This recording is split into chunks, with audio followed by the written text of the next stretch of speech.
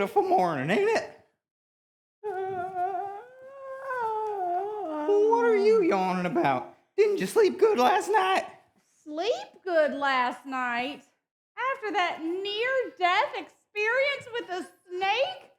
Oh, and then having to practically sleep in that snake's home? No, I did not sleep good last night. Oh, I don't reckon I got more than a couple hours. Give me rats and mice any day, but reptiles? Oh. Says the grown woman who shrieked her little lungs ragged when she found a tiny field mouse in her fancy boots. Now, you listen to me, bub. I ain't never once seen you happy to find a whole nest of field mice in your fancy garments. That is why we need to knock over this here bank. Once we steal all the money and we're rolling in all that dough, we'll have more money to buy so many fancy garments that no critters could ever ruin them. You really think so? Oh, well, I sure do. It's going to solve all our problems, you'll see. Why? You getting cold feet, I'm glad. You a yeller belly? No, I ain't no coward, Nettie Zelma. You know that. I'm just having what you might call a twinge of conscience. It just don't feel right this time. Don't feel right? Maybe you need to lie down till that feeling goes away. Someone's coming. That's the train.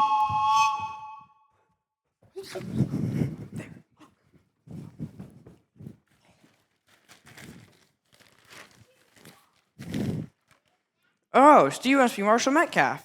My father's the Reverend. He said he met you yesterday. Yes, sir, he certainly did. I'm Victor, by the way. Pleased to meet you, Mr. Victor. Did you end up catching the criminals you were looking for? Not yet, but I will, and it ain't gonna take long neither. All right, I'll let you get back to enforcing the law. Oh, Mr. Victor, if you happen to see any of that suspicious behavior, best leave it up to us trained professionals. Is this how trained professionals dress? Well, I just was enjoying my morning donut. You go off there, Mr. Victor. Okay, see ya. Good morning, folks. It's a beautiful day, isn't it?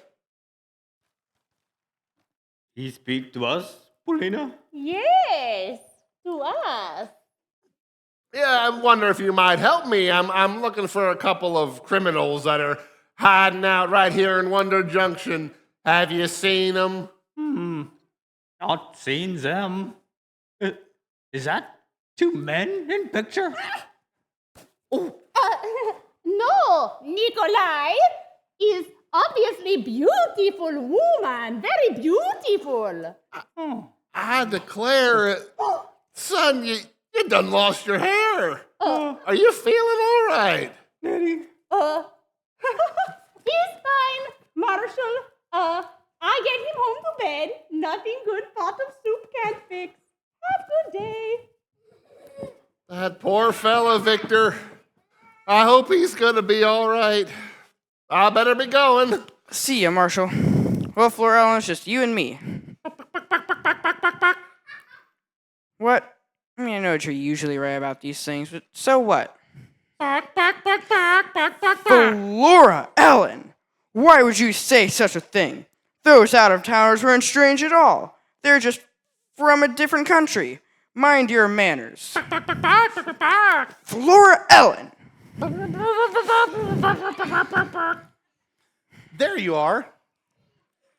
Is that Flora Ellen? Yeah, she's fixing to start a fight, so I figured I better give her some time to think about what she said. Well, it would appear as though you have everything under control around here. However, that is not the case back at home. Uh-oh. It appears as though Darnell has gotten himself into quite a pickle. Oh, no. What's he done now? The best I can tell is that Darnell saw his reflection in a window, and apparently he didn't like what he saw. Now there's shattered glass everywhere. I'm gonna have to give him a talking to when I get home. Well, it's Dalton Clyde and Nettie Zelma. How'd you folks sleep last night?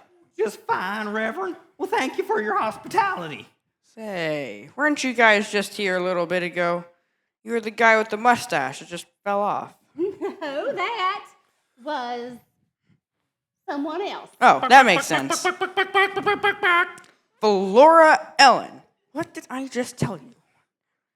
Well, folks, we would like to apologize for the little snake incident yesterday. Yeah, somehow you forgot out of his cage, but it won't happen again. I'll make sure of it. That's all right. It may have been a close shave, but we survived, didn't we, Nettie Zelma? If you say so, Dalton Clyde. Well, anyway, it did bring an abrupt ending to our conversation yesterday, which we would like to continue. You know, the one about Jesus? Well, you know what, Reverend? I don't actually think we've got time for that today. Very busy. Oh, hush up, Nettie Zelma.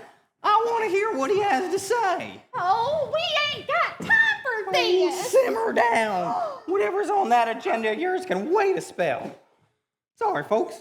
She can get madder than a wet hen sometimes. Calm down, Flora Ellen. He wasn't talking about you.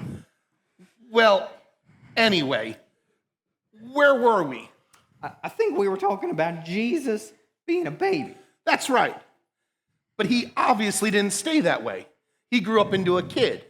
A kid like all of these kids out here, except for different in some very important ways. Huh? Let me explain this way. When Jesus grew up, he got hungry and needed to eat, just like you. Sometimes he even got tired and needed to sleep, just like you. He got sad sometimes, just like you. He even got happy most of the time as well, just like you. And this is the same Jesus who made the universe? Mm-hmm. Absolutely amazing, isn't it? Yeah, it is a pretty amazing, isn't it? It's also, he had parents who loved him very, very much and taught him all kinds of things. He even had brothers and sisters, too. Well, I could tell you something about having an annoying younger brother. You know what the amazing thing was, though? Not once did he ever fight with his brothers and sisters. In fact, he didn't even get annoyed with them. He never disobeyed his parents, never lied, cheated, stolen, complained, had a bad attitude. Never, ever once. Ever? Never. But he wasn't just man. He was also God. Fully human and fully God. Wow. Well, that's incredible. Yeah, God's the only one who understands it. Oh, no. What's wrong? Darnell saw himself in the window again. Sorry, folks. I gotta go tend to a naughty roadrunner. It absolutely boggles my mind how he can understand that chicken. Flora Ellen, she just doesn't enunciate well enough for me to be able to understand. Reverend, Dalton Clyde and I were wondering if it'd be all right for us to impose upon your kind hospitality for just a bit longer. We were? Oh, we were.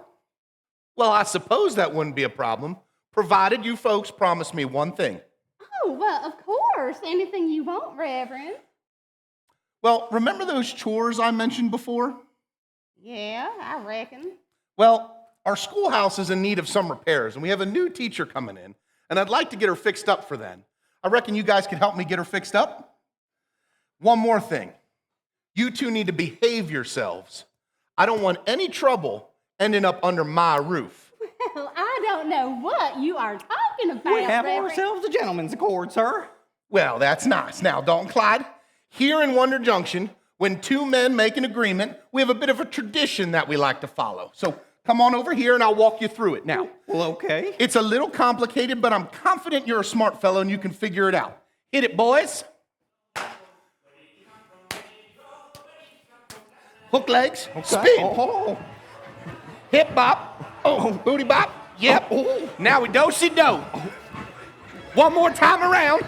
We come out, spin the other way, clap your thighs, clap your hands, high five. but wait. Gotta go, Reverend. We ain't finished yet. We Yo, ain't we're finished finished, yet. Dalton Clyde. sure are some strange folks. I'm afraid this isn't going to end very well.